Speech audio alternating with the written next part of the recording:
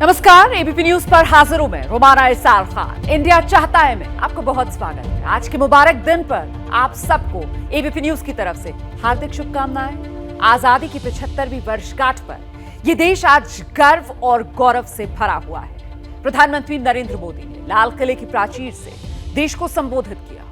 उसमें हमारी कामयाबियों को गिनाया और कामयाबी के रास्ते का पत्थर बन चुकी समस्याओं को लेकर भी प्रधानमंत्री नरेंद्र मोदी की बेचैनी आज देखने को मिली। तो इंडिया चाहता है मैं आज आप देखेंगे पीएम मोदी ने भ्रष्टाचार और परिवारवाद पर हमला किया तो क्यों कुछ नेताओं को लगने लगा डर।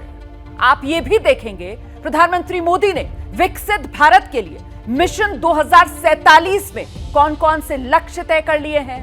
और आपको मैं ये भी दिखाऊंगी कि जब देश आजादी का जश्न मना रहा है उस वक्त देश के जाने माने उद्योगपति मुकेश अंबानी को किसने की है धमकी वाली 8 कॉल्स।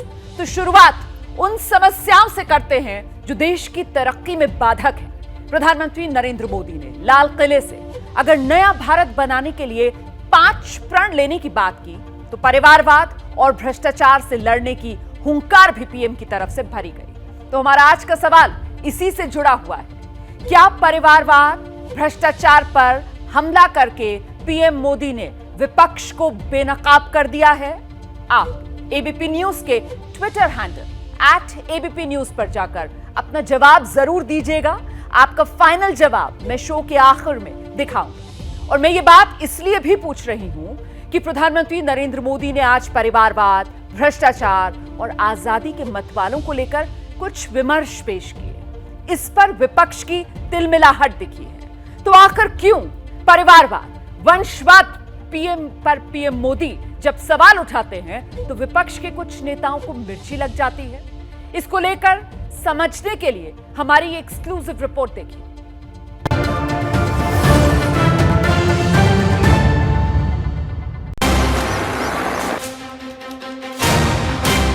न सिर्फ हिंदुस्तान का हर कोना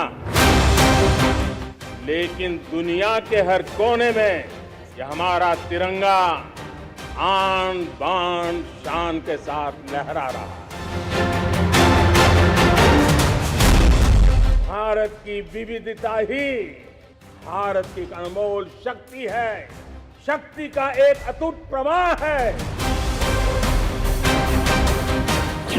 लाल किले के प्राचीर की ये सीढ़ियां प्रधानमंत्री नरेंद्र मोदी के कदमों से बखूबी वाकिफ हैं। आखिर 9वीं बार वो हिंदुस्तान के गर्व से जुड़े तिरंगे को फहराने के लिए लाल किले पर पहुंचे।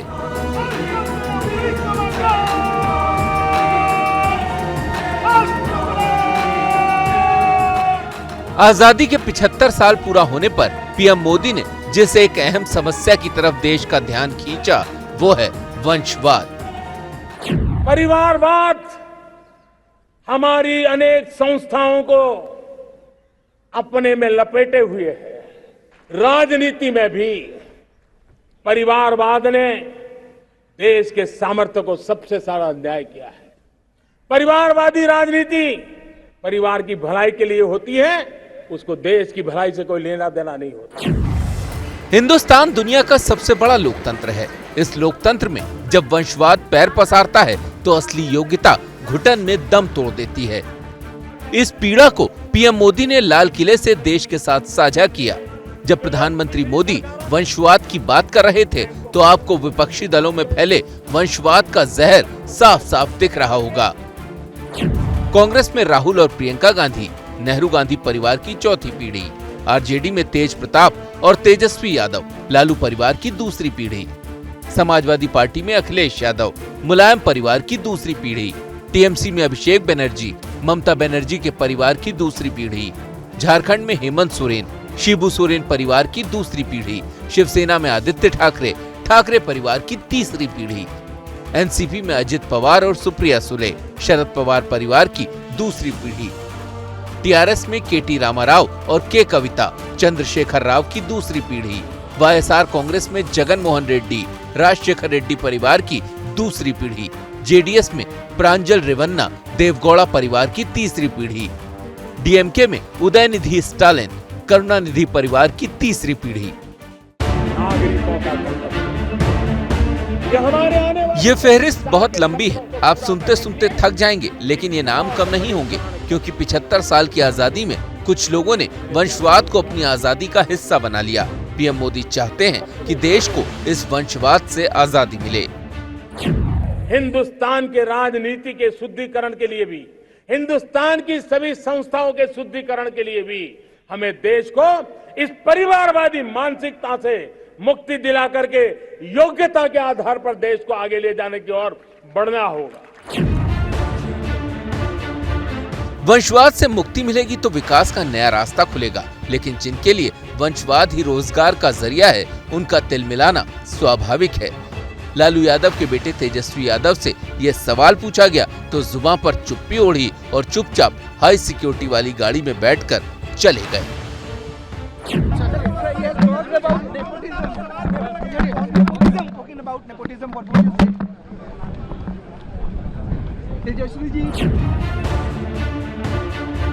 यही सवाल कांग्रेस में नेहरू परिवार की चौथी पीढ़ी के नेता राहुल गांधी और प्रियंका गांधी के सामने भी रखा गया कि पीएम मोदी वंशवाद को लेकर चिंतित हैं। आप लोगों की क्या चिंता है, तो उनका जवाब सुनिए। पीएम का जो स्पीच है लाल किले से, उस पर देखिए, मैं नहीं समझती कि आज के दिन हमें राजनीति करनी चाहिए। वो करना चाहें तो उन पर निर्भर है, लेकिन हम नहीं करना चाहते। आज स्वतंत्रता दिवस है, 75वां है, खुशी का मौका है, सबको एकजुट होकर मनाना चाहिए। देखिए भैया, मैं कमेंट नहीं करूंगा इन चीजों पे, मगर सबको बहुत बहुत बधाई, धन्यवाद। वंशवाद की राजनीति से उपजी तीसरी पीढ़ी शिवसेना में भी अपनी धमक दिखा चुकी है। बाल ठाकरे के बाद उद्धव ठाकरे और अब उनके बेटे आदित्य ठाकरे। लेकिन शिवसेना की प्रवक्ता को ये वंशवाद वैसा ही अच्छा लग रहा है मानो दाग अच्छे हैं। ये परिवार आप नॉर्थ इंडिया से देख लीजिए साउथ इंडिया तक, ये लोग अपने बलबूते पे जीत कर आए हैं। ये जनता का विश्वास जीत कर आए हैं। पार्लियामेंट हो, एमएलए हो, केंद्र सरकार में हो या राज्य सरकारों में उनका योगदान रहा हो, वो एक रीजनल एस्पिरेशन को करते हैं। ये कहना कि इनको खत्म करना है तभी हम आगे बढ़ेंगे, ये बहुत ही दुखदाई सोच है। समाज के आखिरी आदमी तक सत्ता की सीधी भागीदारी, इस रास्ते का पत्थर है वंशवाद। पीएम मोदी ने उसी वंशवाद पर नकेल कस दी है। अब तिल मिलाहट तो होगी ही।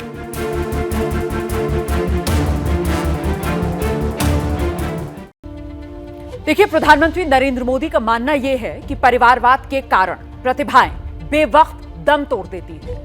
उस पर से भ्रष्टाचार इस देश को खोखला बनाता है। इसीलिए जब देश आजादी का अमृत महोत्सव मना रहा है, उस वक्त प्रधानमंत्री नरेंद्र मोदी ने भ्रष्टाचार से होने वाले नुकसान की तरफ इशारा किया है। लेकिन पीएम मोदी का भ्रष्टाचार पर बोलना विपक्ष के कई नेताओं को बेहद नागवार गुजरा। देखिए हमारी एक्सक्लूसिव रिपोर्ट।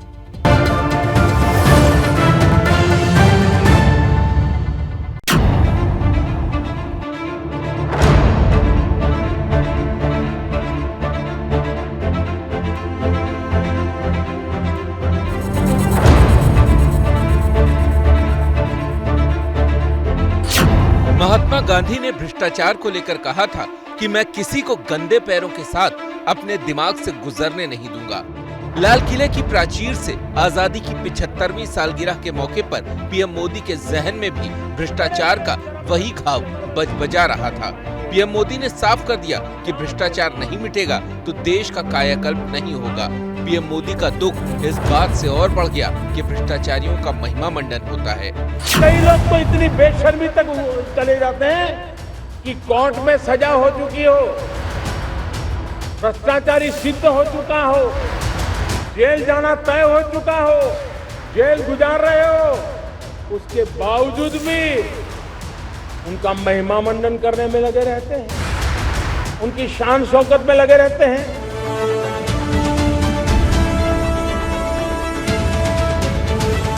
प्रधानमंत्री नरेंद्र मोदी ने नाम तो किसी का नहीं लिया, लेकिन इशारों में आरजेडी सुप्रीमो लालू यादव पर हमला बोला। भ्रष्टाचार के आरोप तो तमाम नेताओं पर लगे हैं, लेकिन ओम प्रकाश चौटाला से लेकर लालू यादव तो बाकायदा सजा याफ्ता हैं। अब भ्रष्टाचार पर पीएम मोदी ने चोट की, वो भी आजादी के सबसे ऊंचे टीले से, तो जिन पर चोट लगी उनका तिल मिलाना स्वाभाविक है। लालू यादव के बेटे तेजस्वी यादव बोले कि अपने मंत्रियों का भ्रष्टाचार देखें पीएम। तो अपने मंत्रियों पर जांच बैठाएंगे तो दूध का दूध पानी का पानी होगा। पीएम मोदी ने एक तरफ भ्रष्टाचार के दोषियों और आरोपियों को कटघरे में खड़ा किया तो दूसरी तरफ जिनके घरों में करोड़ करोड़ निकल रहे हैं उन पर भी इशारों में ही हमला बोला। 2011 की जनगणना के मुताबिक भारत में करीब 17 लाख लोगों के सिर पर एक अदद छत नहीं है। पीएम मोदी की नजरों में वो बेघर लोग थे और उनकी दुर्दशा को उन्होंने करोड़ करोड़ के भ्रष्टाचार करने वालों से जोड़ दिया। जहां लोग गरीबी से जूझ रहे हैं, जब एक तरफ से देखते हैं, एक तरफ वो लोग हैं जिनके पास रहने के लिए जगह नहीं है, दूसरी पास वो तरह लोग हैं जिनको अपना चोरी किया हुआ माल रखने के लिए जगह नहीं है।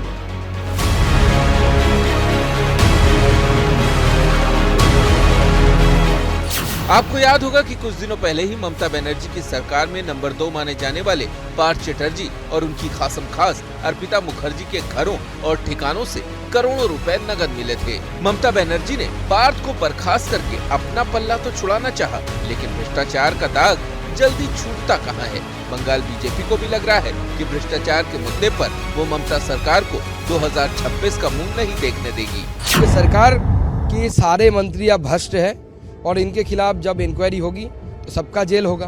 तो ये हो सकता है कि हिस्ट्री में, भारत के इतिहास में पहली बार किसी राज्य का कैबिनेट का बैठक जेल के अंदर अलीपुर सेंट्रल जेल में होगा।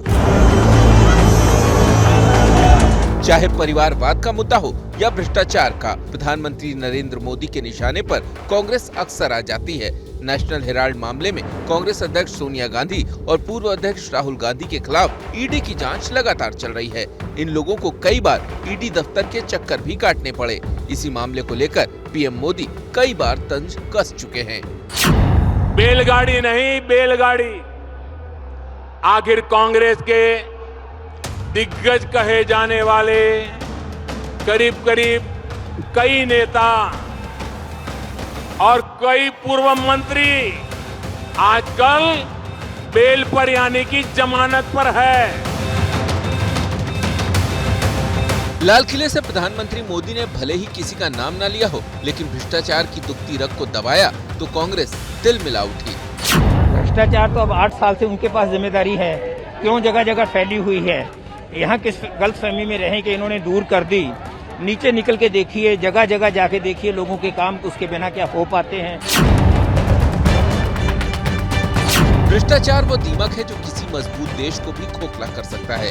भारत को अभी विकास के रास्ते पर मीलों चलना है। ऐसे में भ्रष्टाचार के दीमक लगे पहिए से वो कितने कदम आगे बढ़ पाएगा, पीएम मोदी की यही चिंता रहती है। कौन कहता है भ्रष्टाचार करने की जरूरत होती है? भाइयों बहनों, मेरा मंत्र है, न खाता हूं न खाने दूंगा। दीमक लकड़ी को खा जाती है, भ्रष्टाचार देश को। अगर कोई सरकार भ्रष्टाचार को छुपाने की, दबाने की कोशिश करती है तो वो देश से धोखाधड़ी करती है। आपके सामने अब मैं उन राज्यों की लिस्ट पेश कर रही हूं जिन्होंने भ्रष्टाचार के मामले में सीबीआई जांच को हरी झंडी नहीं दिखाई, लाल झंडी दिखा रखी है। नतीजा यह हुआ कि वो मामले हवा में लटके हुए। कौन कौन से मामले हैं ये जानिए। सबसे पहले बात पश्चिम बंगाल की। 27 मामलों में सीबीआई जांच अटकी हुई है। इन मामलों में 1194 करोड़ रुपए फंसे हुए हैं। महाराष्ट्र 168 मामले हैं जिनमें 29,040 करोड़ रुपए फंसे हैं। पंजाब में 9 मामले 255 करोड़ रुपए फंसे हैं। राजस्थान में 4 मामले 12 करोड़ रुपए फंसे हुए हैं। झारखंड में 6 मामले हैं 331 करोड़ रुपए फंसे हैं। वहीं छत्तीसगढ़ में मामले 7 हैं जिनमें 80 करोड़ रुपए फंसे हुए हैं। तो इस तरीके से 6 राज्य हो गए। 6 राज्यों के 221 मामले, कुल मिलाकर 30,912 करोड़ रुपए के मामले फंसे हुए हैं। यानी 30,912 करोड़ रुपए के भ्रष्टाचार के मामले। ये आंकड़े इसी साल 30 जून तक के हैं और इसे कार्मिक मंत्रालय की तरफ से जारी किया गया। ये सारे मामले भ्रष्टाचार के हैं, लेकिन सीबीआई तब तक इनकी जांच नहीं कर सकती जब तक राज्य सरकारें इसको लेकर हरी झंडी ना दिखाएं। मामला जनता के पैसे की लूट का है, लेकिन सियासत में उलझा हुआ है। और सियासत की विडंबना ही यह है कि वो भ्रष्टाचार पर भी उलझती है और नायकों के सम्मान पर भी उलझती है। अब दिखाते हैं आपको। लाल किले की प्राचीर से प्रधानमंत्री मोदी ने वीर सावरकर का नाम क्या ले लिया, कांग्रेस आहत हो गई और ऐसी आहत हुई कि इतिहास की किताबों के पन्ने उलटने लगी। फिर तो सियासी जंग छिड़ गई। इसको समझने के लिए ये विस्तृत रिपोर्ट आप देखिए।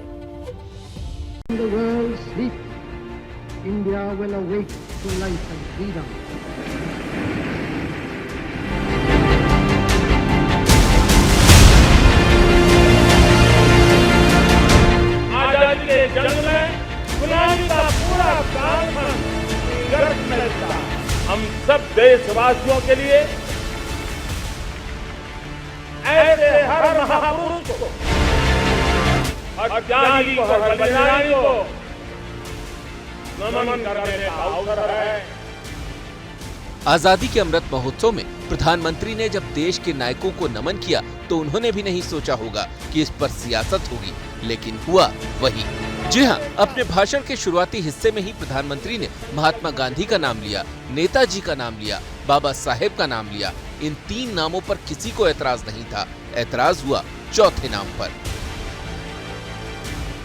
वीर सावरकर के जिन्होंने कर्तव्य पथ पर जीवन को खपा दिया। महात्मा गांधी, अंबेडकर और सुभाष चंद्र बोस के साथ जैसे ही पीएम मोदी ने सावरकर का नाम जोड़ दिया, कांग्रेस को मिर्ची लग गई। सोनिया गांधी ने सावरकर का नाम तो नहीं लिया, लेकिन उनके जख्मों पर इस नाम का नमक इतना तेज लगा कि उसका दर्द उनके संदेश में छलक आया। आज की आत्ममुग्ध सरकार हमारे स्वतंत्रता सेनानियों के महान बलिदानों और देश की गौरवशाली उपलब्धियों को तुच्छ साबित करने में तुली हुई है, जिसे कदापि स्वीकार नहीं किया जा सकता। राजनीतिक लाभ के लिए ऐतिहासिक तथ्यों पर कोई भी गलत बयानी और गांधी, नेहरू, पटेल, आजाद जी जैसे महान राष्ट्र नेताओं को असत्यता के आधार पर कटघरे में खड़े करने के हर प्रयास का भारतीय राष्ट्रीय कांग्रेस पुरजोर विरोध करेगी। सबको मालूम है इतिहास में किसका क्या योगदान रहा है, कौन किसके साथ खड़ा था, कौन माफी मांग रहा था, कौन संघर्ष कर रहा था, कौन जेल में था और कौन पेंशन याफ्ता था। यह सबको सब मालूम है। सोनिया ने इशारे में कहा। पवन खेड़ा इतिहास के पन्ने पलटने लगे और सावरकर के नाम पर राजनीतिक रस्साकशी शुरू हो गई।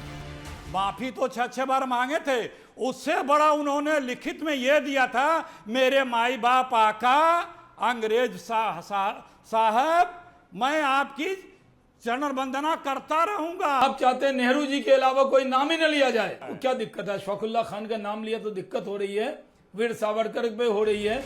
कांग्रेस को वीर सावरकर आजादी के नायक नहीं लगते, लेकिन दूसरी तरफ महाराष्ट्र की सत्ता में उनकी साझीदार रही शिवसेना के लिए वीर सावरकर नायक हैं। सावरकर जी का जो योगदान रहा है भारत की स्वतंत्रता मूवमेंट में, वो कोई भी नकार नहीं सकता है।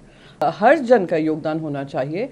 किसी को बड़ा दिखाने में और किसी को छोटा दिखाने में जो आजकल काम हो रहा है, उससे हमें बचना चाहिए। ये वही वीर सावरकर हैं जिन्होंने काला पानी की सजा काटी। इंदिरा गांधी ने एक चिट्ठी में जिन्हें देश का महान सपूत बताया था। इंदिरा गांधी के राज में ही सावरकर के नाम का डाक टिकट जारी हुआ था। लेकिन राजनीति का यही खेल है, वक्त के हिसाब से यू टर्न मार जाती है। अब ओवैसी साहब को ही लीजिए। स्वतंत्रता दिवस की पूर्व संध्या पर उन्होंने ये तंज किया कि पीएम मुस्लिम स्वतंत्रता सेनानियों के नाम लाल किले से क्यों नहीं लेते। हम उम्मीद करते हैं कि देश के प्रधानमंत्री जब 15 अगस्त को लाल किले से खड़े होकर मुल्क से खिताब करेंगे तो मुल्क के मजलूमों का जिक्र करेंगे। वो करे या ना करे, हम तो करते रहेंगे। लेकिन लाल किले की प्राचीर से पीएम ने अशफाक उल्लाह खां का नाम भी लिया और बेगम हजरत महल का भी। यह देश कृतज्ञ है मंगल पांडे, तात्या टोपे, भगत सिंह, सुखदेव, राजगुरु, चंद्रशेखर आजाद, अशफाक उल्लाह खां, राम प्रसाद बिस्मिल, रानी लक्ष्मीबाई हो, जलकारी बाई, दुर्गा भाभी, रानी गायदिनलियो, रानी चेन्नम्मा, बेगम हजरत महल, ये वक्त आजादी के हर नायक को नमन करने का है, उनके संकल्पों पर चलने का है। इसीलिए पीएम ने बिना भेदभाव किए पंडित नेहरू को भी याद किया और वीर सावरकर को भी। चंद्रशेखर आजाद का नाम लिया तो अशफाक उल्लाह का भी। लेकिन विपक्ष को तो बस मौका चाहिए मोदी पर उंगली उठाने का।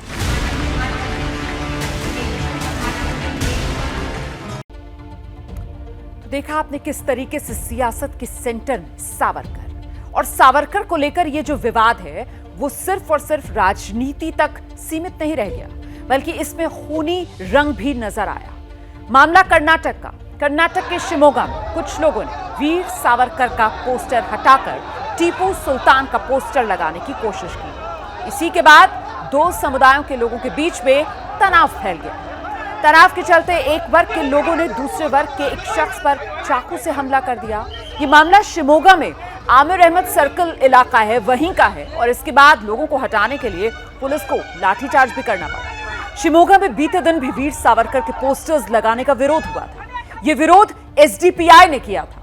वीर सावरकर के पोस्टर को फाड़ा भी गया था, जिसके बाद पुलिस ने मामला दर्ज किया था। और आज फिर वीर सावरकर के पोस्टर को हटाने की कोशिश हुई, जिसके बाद शिमोगा में धारा 144 लागू कर दी गई। आजादी के सेनानी किसी एक पार्टी के नहीं हैं, वो सबके हैं। उनका सम्मान करके, उन्हें याद करके देश उन्हें श्रद्धांजलि देता है।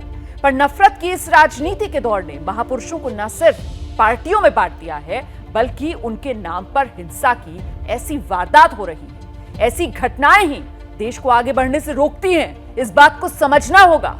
लेकिन अब प्रधानमंत्री नरेंद्र मोदी ने ठान लिया है कि देश जब आजादी की 100वीं वर्षगांठ मनाएगा तो नफरत का नामोनिशान देश में बाकी नहीं होगा।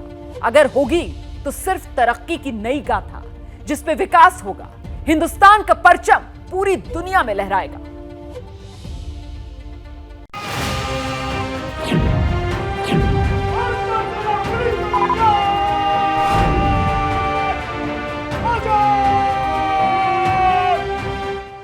साल के लिए हमें उस पंच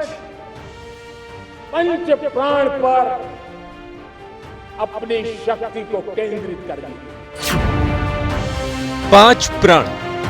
उन पंच प्राण को लेकर के 2047 जब आजादी के 100 साल होंगे, आजादी के दीवानों के सारे सपने पूरे करने का जिम्मा उठा करके चलना होगा। मोदी का मिशन 2047। क्या मजबूरी है मेरी, बताइए। मैं अभी आपको बताती हूँ कि मैंने ओए होए होए होए नमकीन के चटकारे लेते हुए टकटकी मार के डिबेट शो को पॉज रिपीट कर करके देख रहे हैं जोगिंदर जी। इनकी तरह आप भी देखें अपनी फेवरेट डिबेट्स को रिपीट कर, और डाउनलोड कीजिए एबीपी लाइव ऐप अपने स्मार्ट टीवी पर।